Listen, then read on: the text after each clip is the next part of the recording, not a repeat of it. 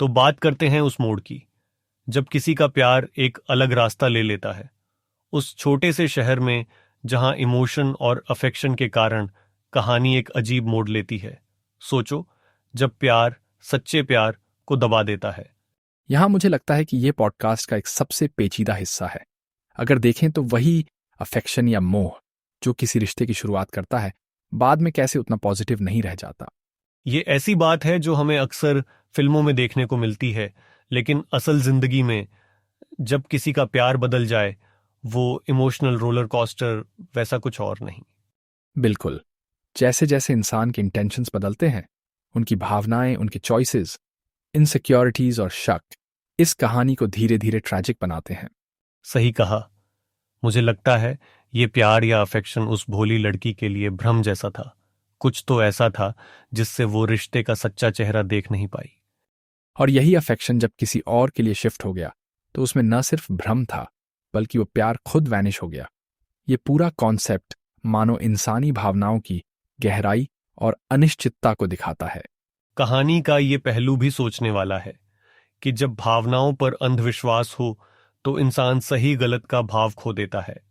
मुझे लगता है कि जब भावनाओं के पीछे एक और चेहरा छुपा होता है, जैसे इस लड़के का, तो वो हमें हैरान कर देता है। बाहर से यह स्वाभाविक और चार्मिंग लगता है, लेकिन अंदर की कहानी उसकी सच्चाई को छुपा लेती है।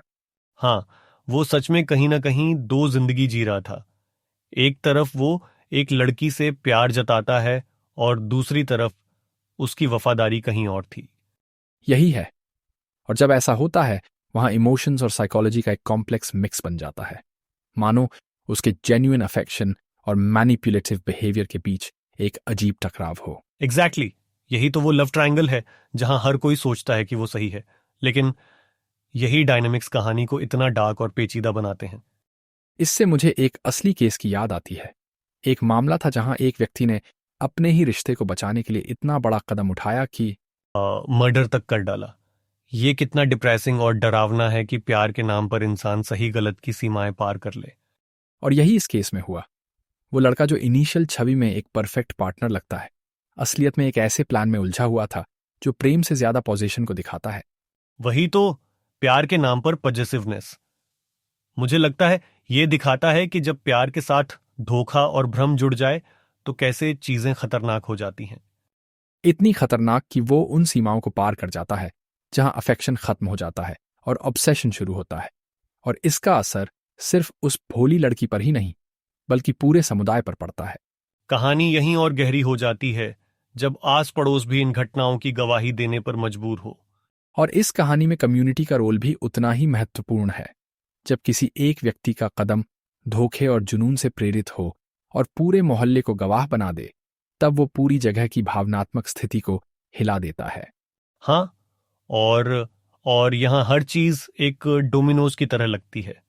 एक झूठ, एक धोखा, और देखो पूरा विश्वास का ढांचा ढाने लगता है। मानो बातें ऐसे फैलने लगती हैं जैसे जैसे संगीत बिना लय के। यही बात है, भरोसे की डोर एक बार टूट जाए तो उसे फिर से बांधना इतना मुश्किल हो जाता है। वो गुस्सा, वो दर्द, ये सब सिर्फ रिश्तों को ही नहीं, बल्कि समाज के ताने बाने को भी कमजोर करता है। और यहीं पर मुझे जैज की याद आती है। तुम जानते हो, जब हर इंस्ट्रूमेंट अपने समय पर सही एकॉर्ड्स बजाए, लेकिन अगर एक भी इंस्ट्रूमेंट ऑफ ट्यून हो तो पूरा परफॉर्मेंस बिखर जाता है। ये भरोसे की तरह है। क्या एनालॉजी है। और अगर इसमें सीक्रेट्स भी जोड़ दें, वो छिपी बातें जो धीरे धीरे बाहर आती हैं, तो ये कहानी किसी भी रिश्ते को अनरावल करने में देर नहीं लगाती। एग्जैक्टली। जब हर कोई सवाल करता है, यहां तक कि खुद पर भी, कि क्या उन्होंने सही फैसला लिया, क्या वो भरोसा करने में गलती कर रहे थे। और मुझे लगता है यही सबसे दुखद है कि जिस विश्वास ने हर रिश्ता शुरू किया, वो किसी एक पल के झूठ या धोखे से एकदम खत्म हो सकता है। तो इस कहानी का असर सिर्फ उन लोगों तक सीमित नहीं रहा जो इसमें शामिल थे, बल्कि पूरे समुदाय को इसके परिणाम झेलने पड़े। और इसने हर किसी को सवाल करने पर मजबूर कर दिया। एक सतर्कता बढ़ गई, एक शंका जो शायद अब कभी पूरी तरह से खत्म ना हो। और यही है इस कहानी की सच्चाई, भरोसे का दरार और उस दरार का फैलना। तो आज का एपिसोड यहीं खत्म करते हैं। प्यार, धोखा और विश्वास, इन तीनों ने हमें यह सिखाया कि कैसे इंसानी रिश्ते न केवल गहरे हो सकते हैं, बल्कि बेहद नाजुक भी। और यही यही हमारा टेक अवे है। इसी सोच के साथ हम विदा लेते हैं। बस इतना ही दोस्तों। अगले एपिसोड में फिर मिलेंगे एक नई कहानी और नए सवालों के साथ।